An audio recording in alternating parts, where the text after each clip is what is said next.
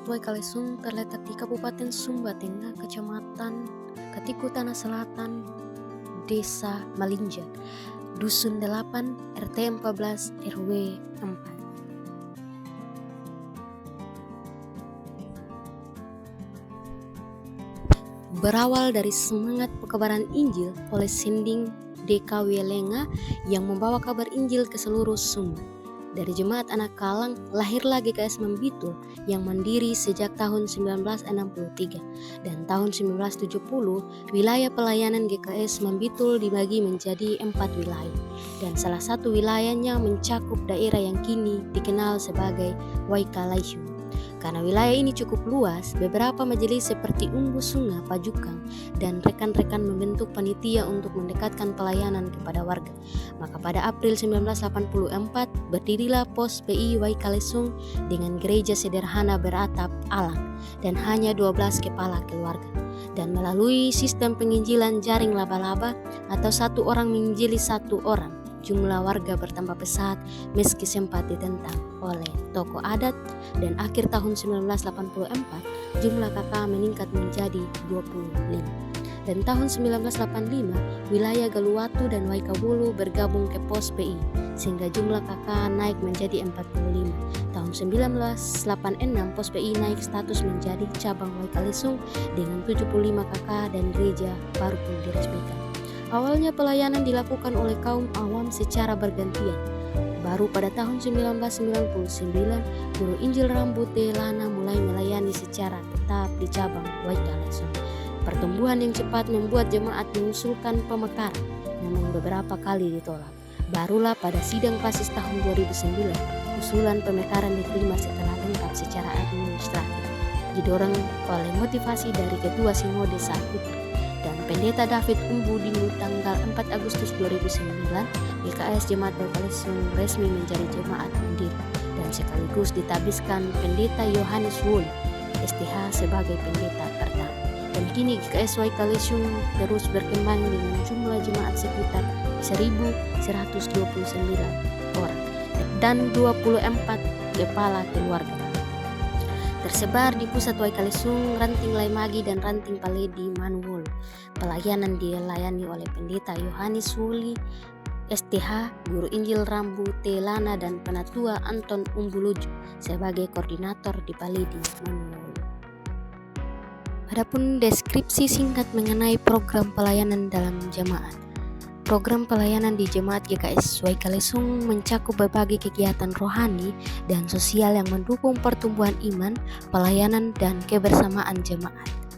Pelayanan inti dilaksanakan melalui ibadah minggu sebagai pusat persekutuan serta ibadah-ibadah komisi seperti kaum perempuan, kaum bapak, pemuda, dan anak serta lansia sebagai wadah pembinaan iman sesuai kelompok usia dan peran.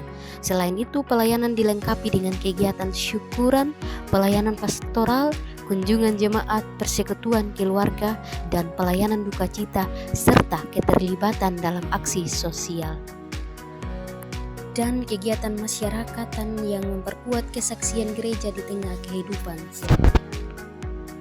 Berikutnya saya akan memaparkan kegiatan-kegiatan yang dilaksanakan di GKS Waikalesung dari ibadah minggu sampai pada ibadah-ibadah komisi.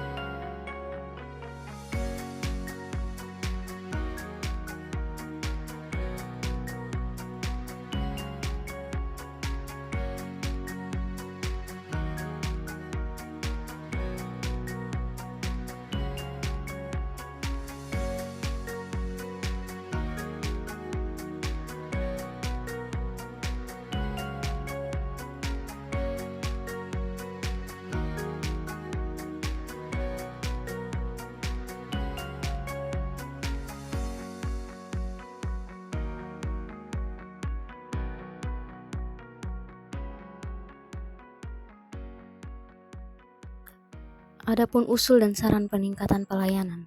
Untuk meningkatkan mutu pelayanan di GKSY Kalesung, perlu adanya perhatian terhadap kualitas ibadah minggu dengan memberikan pelatihan bagi liturgus organis dan pemimpin pujian, serta menyelenggarakan ibadah yang kreatif dan kontekstual.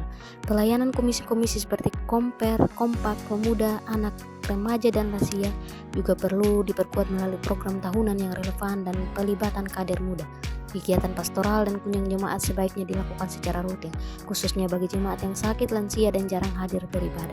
Pelayanan kepada anak dan membaca perlu disegarkan melalui kurikulum sekolah minggu yang menarik serta kegiatan pembinaan seperti retret atau perkemahan rohani. Bagi pemuda dan dewasa muda penting untuk diadakan pelatihan kepemimpinan, diskusi rohani, serta keterlibatan aktif dalam pelayanan dan aksi sosial. Untuk memperdalam iman, jemaat didorong mengikuti pendalaman Alkitab dan program membaca Alkitab harian. Media sosial dan teknologi juga dapat dimanfaatkan sebagai sarana pelayanan dan informasi. Refleksi teologis. Melalui keterlibatan saya dalam pelayanan di GKSY Kalesung, saya belajar bahwa pelayanan bukan sekedar kegiatan rutin, tetapi bentuk nyata dari iman dan kasih kepada Tuhan. Setiap ibadah, kunjungan, atau kegiatan komisi adalah cara Allah menyatakan kasih-Nya bagi umat. Saya menyadari bahwa pelayanan sejati menuntut kerendahan hati dan kesetiaan, bukan hanya kemampuan. Meski jemaat ini memiliki berbagai tantangan, kurangnya partisipasi, semangat yang menurun, saya percaya Tuhan tetap bekerja melalui setiap usaha kecil yang dikerjakan dengan kasih.